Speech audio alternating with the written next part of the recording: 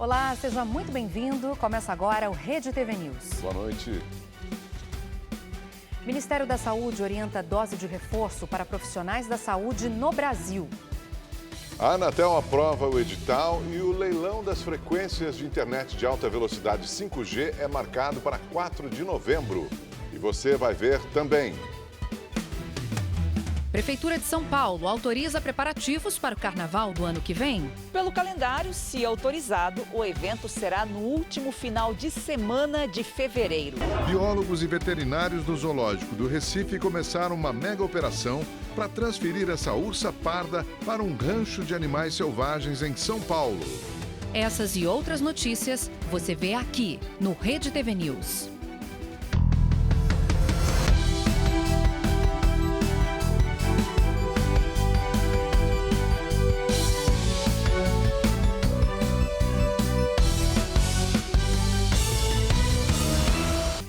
A Agência Nacional de Telecomunicações, a Anatel, aprovou o edital de licitação do 5G.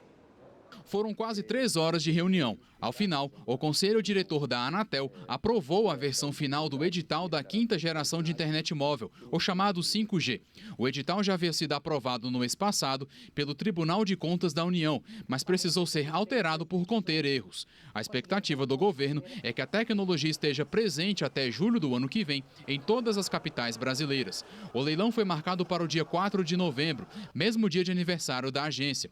Estima-se que sejam arrecadados mais de 10 bilhões de reais. As empresas que vencerem a licitação precisarão se comprometer, entre outras coisas, a construir uma rede privativa de comunicação para os órgãos federais e instalar uma rede de fibra ótica na região amazônica, via fluvial, além de levar internet para as rodovias brasileiras e internet móvel de qualidade para as escolas públicas de educação básica. Após a reunião, o ministro das Comunicações, Fábio Faria, destacou a importância que o 5G terá na educação brasileira. Nós temos hoje no Brasil 85 mil escolas, da onde 6.900 não têm internet. Então, nós iremos levar a internet para essas que não têm, das escolas urbanas. 72 mil escolas das 85 receberão o 5G standalone. E as outras 13 mil, elas funcionarão ou com o 5G não standalone ou com o 4G. Então, nós teremos uma melhora muito grande nas escolas, onde conectaremos todas e 80% delas com 5G standalone. O filho do presidente, o deputado federal Eduardo Bolsonaro, do PSL de São Paulo, testou positivo para a Covid-19. O anúncio foi feito numa rede social do parlamentar que disse que está bem. O filho do presidente Jair Bolsonaro estava na comitiva presidencial que esteve nos Estados Unidos participando da Assembleia Geral da ONU. Com Eduardo, são 3 as pessoas do grupo que estiveram em Nova York e foram contaminadas pelo novo coronavírus. Um representante do governo que não teve o nome divulgado e o ministro da Saúde, Marcelo Queiroga, também foram diagnosticados com a doença. Hoje também testaram positivo para a Covid-19 o advogado-geral da União, Bruno Bianco, e a ministra da Agricultura, Tereza Cristina.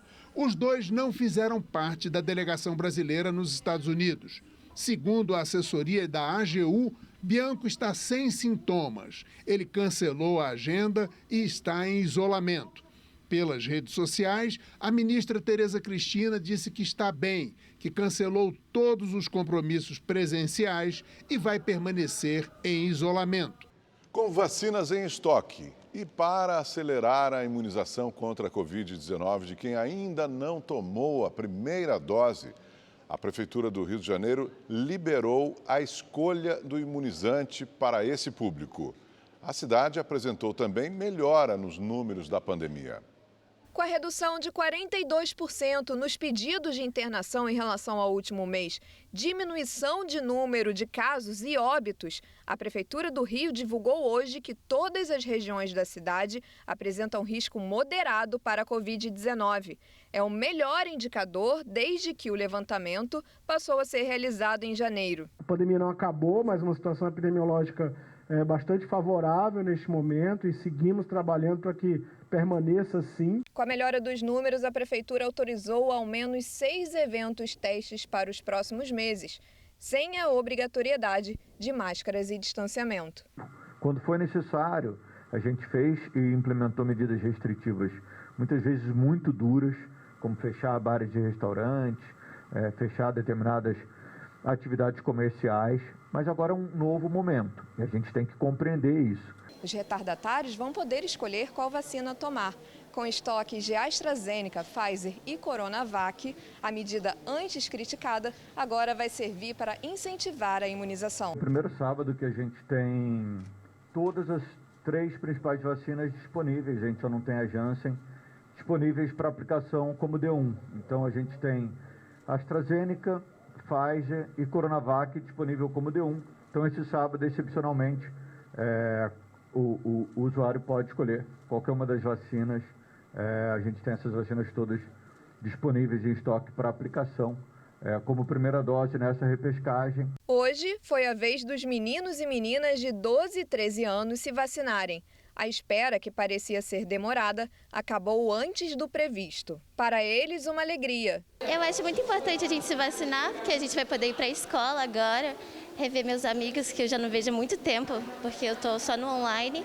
Para as mães, um alívio. Já me vacinei, aí vacinei minha mãe, agora minha filha, tão bom isso. Adultos e adolescentes de todas as idades poderão se vacinar amanhã na repescagem geral. Existe a possibilidade também do município reduzir o intervalo da vacina da Pfizer para pessoas com 40 anos ou mais já na semana que vem. Vamos aos números da Covid-19 no Brasil. De acordo com o Ministério da Saúde, 20.326.000 pessoas já se recuperaram da doença.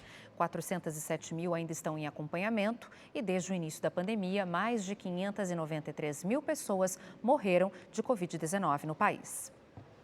Vamos ver agora os dados atualizados da vacinação no Brasil com Gabriela de França. Boa noite, Gabriela. Isso mesmo, Augusto. Boa noite para você. Milena, ótima noite para você de casa. Olha só, a gente fecha essa semana aqui com mais de 144 milhões de pessoas que já receberam a primeira dose da vacina contra a Covid-19, o que representa 67,61% da população.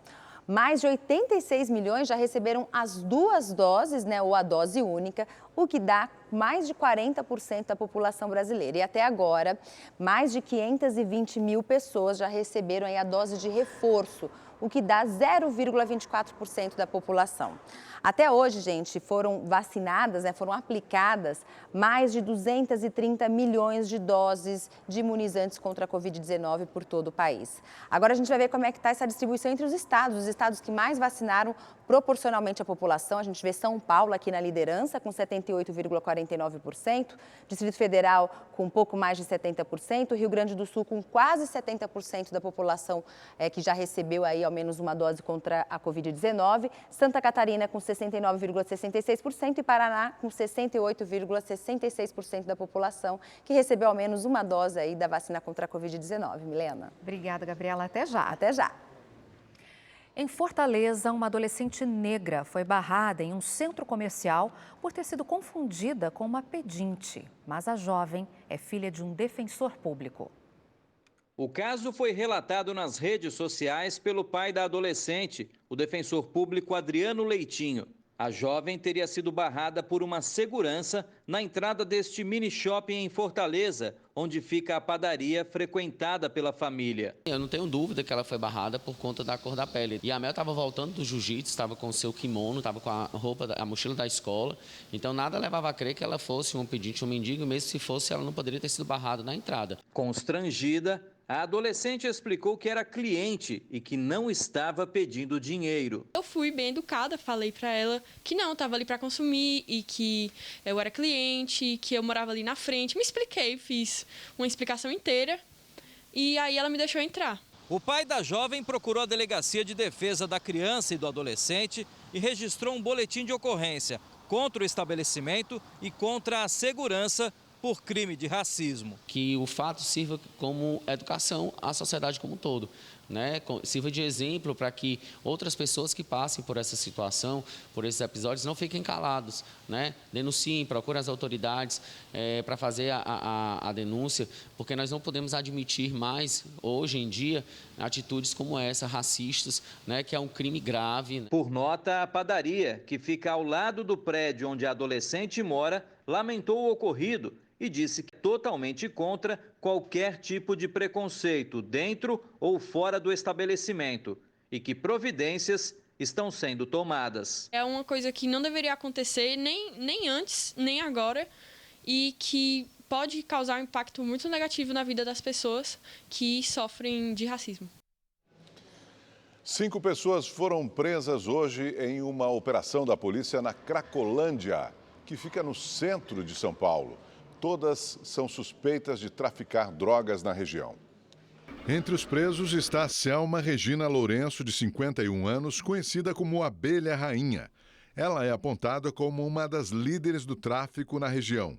Além das prisões, os policiais cumpriram mandados de busca e apreensão em hotéis utilizados para esconder as drogas e também para o consumo dos entorpecentes. Um trabalho de investigação da Polícia Civil de São Paulo, identificando cada um deles e também como cada um trabalhava dentro dessa rede de tráfico de drogas que existe na Cracolândia, que está muito menor agora, depois dessas operações. A polícia ainda apreendeu drogas, uma arma falsa, dinheiro e máquinas de cartão. Em São Paulo, 2 PMs foram presos acusados de executar um jovem de 26 anos que estava foragido da justiça. Esse crime foi registrado por câmeras de segurança. As imagens são fortes e mostram Murilo Henrique Junqueira em uma área de mata atrás de uma residência. Ao ver que os policiais se aproximam, o jovem coloca as mãos na cabeça para se entregar. Segundos depois, um dos PMs efetua um disparo. A vítima cai e é baleada novamente. O outro policial ainda efetua um disparo para o alto para simular uma possível troca de tiros. Depois disso, Murilo fica agonizando no chão. O caso ocorreu no último dia 20, na cidade de Ourinhos, no interior de São Paulo. Ao apresentarem a ocorrência, os PMs disseram que agiram em legítima defesa e entregaram uma arma que teria sido usada pela vítima momentos antes das imagens registradas pela câmera de segurança. Os 2 policiais foram detidos temporariamente e encaminhados ao Presídio Militar Romão Gomes, na capital paulista. Em nota, a PM disse que continuará apurando a conduta dos agentes e que já pediu a prisão preventiva dos envolvidos ao Tribunal de Justiça Militar. Agora vamos falar de uma mudança diferente, né, Milena? Uma ursa parda vai trocar o calor do Recife pelo friozinho de Cotia, na Grande São Paulo. Imagina a felicidade dela. A transferência de Úrsula, como é carinhosamente chamada, está marcada para sexta-feira. E quem nos conta os detalhes é a repórter Caroline Fernandes. A tranquilidade de quem está de malas prontas para um novo lar.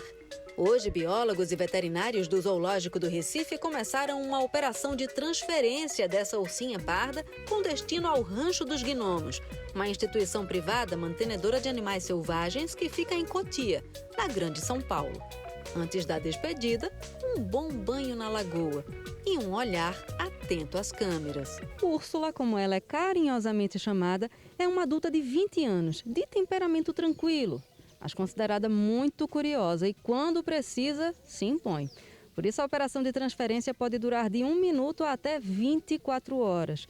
Tudo depende do humor dessa ursinha que já está deixando saudades. A gente se apega, a gente sabe que o animal ele é fiel ao ambiente que fica, às pessoas que estão em volta, é um exemplo para nós e deixa saudade, mas fica o conforto de que terá talvez um ambiente mais satisfatório, principalmente em relação ao clima, né? A transferência da ursa exigiu um treinamento de cerca de 3 meses.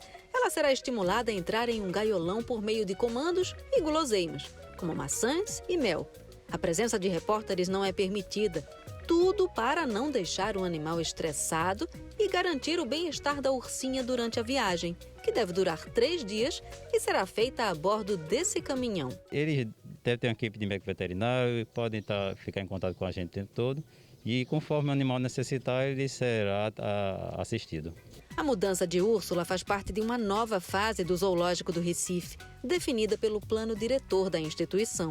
Agora, o zoo estará mais focado na preservação de animais da Mata Atlântica e da Caatinga, biomas típicos da região Nordeste. Pela proposta do zoológico não ser só entretenimento, é que a gente manda a Úrsula para um lugar melhor. Aqui, tudo que a gente pode dar a Úrsula de conforto, inclusive de temperatura, a gente fez. Então, ela vive bem no ambiente, mas a gente considera que lá é um lugar maior, é um lugar, como eu disse, que ela pode ter perspectiva de encontrar com outros indivíduos da sua espécie. Então, tudo isso já nos deixa felizes de ter feito essa escolha. O Zoológico do Recife mantém cerca de 400 animais, entre mamíferos de grande e médio porte, aves e répteis.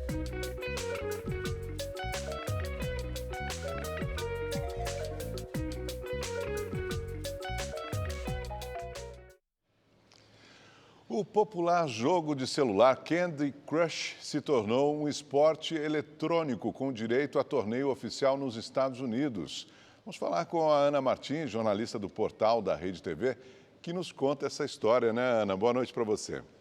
Boa noite, Augusto. Boa noite, Milena. E boa noite a todos que nos acompanham. Pois é, se você, assim como eu, gosta de um joguinho para passar o tempo, já deve ter jogado Candy Crush ou conhece alguém que é viciado nesse game. Ele foi lançado em 2012 e até hoje é muito popular em todo o mundo, inclusive aqui no Brasil. E agora o game se tornou um esporte eletrônico e nesta quinta-feira iniciou o primeiro campeonato oficial. Para você ter uma noção do sucesso desse jogo, quem vai apresentar esse torneio é uma das irmãs Kardashian, a Khloe Kardashian. E para participar dessa competição, o jogador precisava realizar um mini desafio para entrar numa tabela de classificação, precisava morar nos Estados Unidos e estar pelo menos no nível 25 do jogo. A premiação não será em dinheiro, porém, o jogador que ganhar deve ganhar uma grande quantidade de moedas de ouro virtual para poder utilizar dentro do próprio jogo. Bom, agora basta saber como será a repercussão desse campeonato por todo o mundo e para os fãs brasileiros torcer para que o Brasil entre na próxima edição. Bom, e ontem aqui no Rede TV News foi noticiado sobre o famoso meme da garotinha Khloe que estava sendo leiloado em formato digital NFT. Pois é, hoje ele foi arrematado no valor de $73.900, o que equivale a R$390 mil. Para você conferir mais notícias como essa, basta acessar o portal da Rede TV. Bom, é com vocês, Augusto e Milena. Obrigada, Ana. Gente, a Prefeitura de São Paulo autorizou o início dos preparativos para o Carnaval de 2022, mas a realização desse evento ainda depende, claro, do cenário da pandemia próxima data. E se tudo continuar caminhando bem, o desfile das escolas de samba vai ocorrer no último final de semana de fevereiro. Ao contrário dos outros anos, em que mal acabava um carnaval e as escolas já começavam a se preparar para o próximo, agora as agremiações terão 5 meses para deixar tudo pronto. Nós vamos ter que nos reinventar e trabalhar dia e noite para que a gente possa honrar com um espetáculo na avenida e seguindo todos o que for determinado pela Secretaria da Saúde. Na Escola Vai-Vai, o projeto está começando a sair do papel. O enredo já foi lançado, Sankofa. Com o nome do pássaro sagrado africano, a missão é resgatar o passado do povo da África.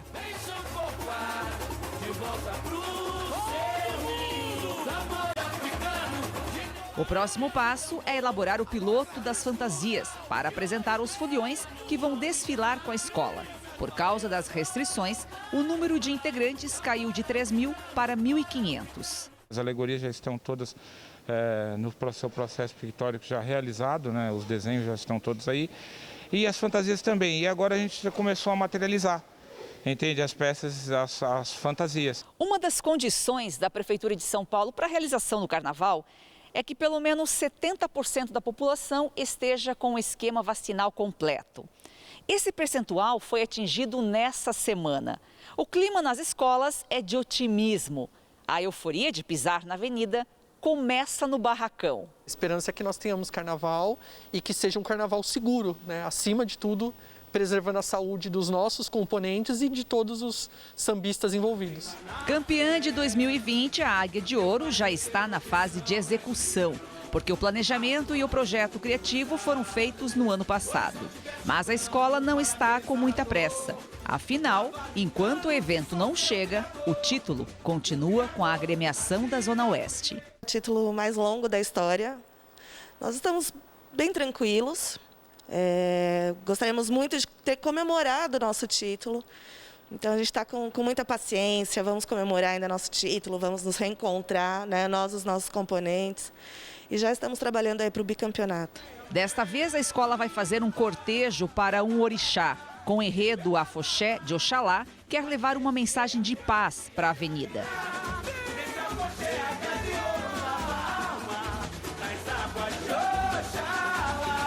E além de ser a maior festa popular do país, o carnaval é um dos melhores eventos para a economia. O Carnaval de São Paulo é muito importante para a cidade, é um evento entre eventos de rua e os desfiles das escolas de samba, que gera mais de 3 bilhões na economia da cidade. O IPCA 15, índice considerado a prévia da inflação, ficou em 1,14% em setembro. Esse é o maior valor para o mês desde o início do Plano Real em 1994. Com esse resultado, a inflação acumulada no ano chegou a 7%, muito acima da meta estabelecida pelo governo, que é de 5,25%. Vamos falar de serviços. A Uber, plataforma de transporte por aplicativo, excluiu em todo o Brasil mais de 15 mil colaboradores por cancelamentos constantes de corrida. Esse número é equivalente a 1% de toda a base de motoristas no Brasil do aplicativo, assim informou a associação da categoria em São Paulo. Os motoristas teriam passado a selecionar as corridas em virtude dos constantes aumentos nos preços dos combustíveis. Eles reclamam que não foram avisados da possibilidade de exclusão por esse motivo.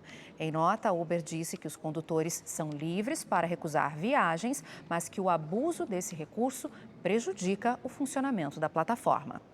Agora vamos para a previsão do tempo em todo o Brasil com a Gabriela de França. Oi, Gabriela. Oi, de volta aqui. Olha só, gente, já aviso que o primeiro final de semana de primavera vai ser com jeitinho da nova estação. A gente vê aqui nas nossas imagens de satélite, olha só, dá para ver bem as nuvens de instabilidades.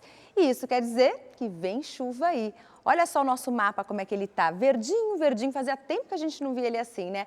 As chuvas amanhã, né, as pancadas vão se espalhar bem aqui entre sudeste, centro-oeste e também norte do Brasil. Inclusive, tem alerta do Instituto Nacional de Meteorologia, o INMET, para temporal, acompanhado de vendaval, principalmente aqui, olha, em atenção especial, as cidades do sul de Minas Gerais, tá bom? Então fica aí o alerta. A boa notícia é que essa chuva também vai aparecer em locais que vinham sofrendo com a estiagem, né? Depois de um longo período de seca, portanto a chuva aparece para valer amanhã em Brasília, Goiânia e Palmas. E mesmo com as pancadas de chuva, o ar fica bastante abafado. Ali em Palmas, por exemplo, a temperatura chega aos 37 graus.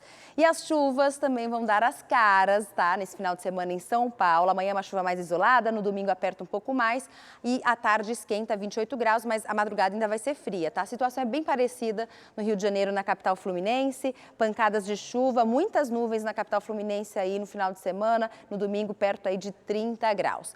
No nordeste do Brasil vai dar praia, a gente pode ter uma chuvinha ou outra aqui bem isolada na costa leste do nordeste, mas o que vai predominar mesmo é o sol e aqui no interior, ar seco. No sul do país, o tempo fica mais aberto, tá? Nesse final de semana, mesmo assim as temperaturas não sobem muito não, tá? Em Porto Alegre, mínima de 15, não passa de 21 graus. Em Floripa, temperaturas entre 16 e 22 graus, bem diferente do restante do país, onde as temperaturas ficam aí na casa dos 30 graus para cima. Em Fortaleza, por exemplo, 32 graus com sol o dia todo. Eu fico por aqui, um ótimo final de semana para você. Até mais, tchau, tchau. Boa noite para vocês. Obrigada. Você já ouviu esse nome? Bibiano Fernandes. Ele é um lutador amazonense, campeão nacional e mundial de MMA. Em dezembro, disputa o cinturão do One Championship. A trajetória de Bibiano até a conquista do título não foi nada fácil. O lutador perdeu a mãe biológica ainda jovem e ganhou uma de coração logo depois. Maria das Dores é o nome da mulher que estendeu a mão quando Bibiano mais precisou. Então, no início da carreira dele, eu matriculei ele na academia e ele começou a fazer junto com meus filhos, né? Com os anos, né, eu não pude mais pagar a academia, ele saiu, continuou lá com Pina, né, e continuou com outras pessoas ajudando ele. Nascido e criado aqui em Manaus, em 2012 a trajetória do bibiano mudou de rumo e seguiu direto para o Oriente. Ele decidiu participar do One Championship, o maior campeonato de MMA de toda a Ásia. Das 11 vezes que ele foi defender esse título, ele só perdeu uma vez. Em dezembro, ele disputa o cinturão na categoria peso galo, com o também brasileiro John Lineker. Agora eu estou na parte de preparação mental. Essa é a parte que eu estou agora. Aí eu chego no Canadá, tem a parte técnica, a parte mental. Aí chega no Canadá, eu faço preparação física. 8 semanas eu vou para minha luta. Então é tudo um balanço. E o treinador, Mestre Pina, confia no potencial do aluno. Eu acredito muito no Bibiano, ele é um cara bem estratégico. Eu acho que ele já está com a estratégia lutando montada. Então eu acho que é só executar. Ele é um fenômeno. Fenômeno no esporte e na vida. O atual dono do cinturão gosta de contar a própria história e, assim, inspirar novos talentos no tatame. Hoje no mundo é muito fácil você desistir. É muito fácil você desistir, mas se você tiver vontade de continuar e tiver uma visão onde você quer chegar, você consegue chegar sim. Isso aí, determinação. Olha, se você gostou dessa reportagem, quer rever, ou se você quiser rever qualquer outra reportagem do Rede TV News, basta você se inscrever agora mesmo no canal da Rede TV no YouTube. Inclusive lá você pode assistir a íntegra de todos os nossos programas. Então acesse agora mesmo youtube.com/redetv. A gente fica por aqui nessa sexta-feira. Uma ótima noite para você. Obrigada pela sua companhia. Bom fim de semana.